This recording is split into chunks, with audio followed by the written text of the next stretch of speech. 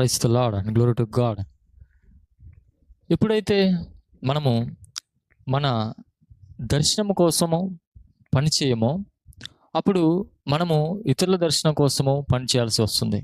అంటే ఎప్పుడైతే మనము దేవుడు మన పట్ల కలిగి ఉన్నటువంటి ప్రణాళిక ప్రకారం మనం చేయకపోతే మనము ఇతరుల పని కోసము మనము పని చేయాల్సి వస్తుంది.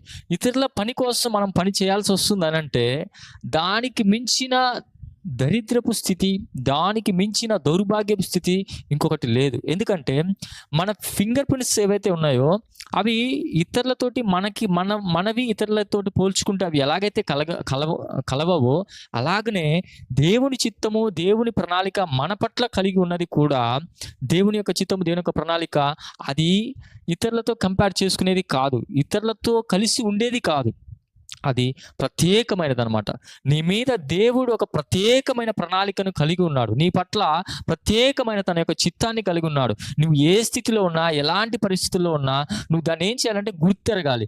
గుర్తు ఎరిగి తెలుసుకొని దేవుడి పట్ల, నీ పట్ల దేవుని యొక్క చిత్తం ఏంటిది, దేవుని యొక్క ప్రణాళిక ఏంటిది అని ఆయనని అడిగి తెలుసుకొని దాని ప్రకారము నువ్వు పని చేస్తే ఆ చిత్తానుసారంగా, దేవుని చిత్తానుసారంగా, దేవుని ప్రణాళిక అనుసారంగా నువ్వు నడిస్తే కంపల్సరిగా నీ మార్గంలో అనేక మందికి నీవు ఆశ్రదకరంగా ఉంటావు, దీవెనకరంగా ఉంటావు.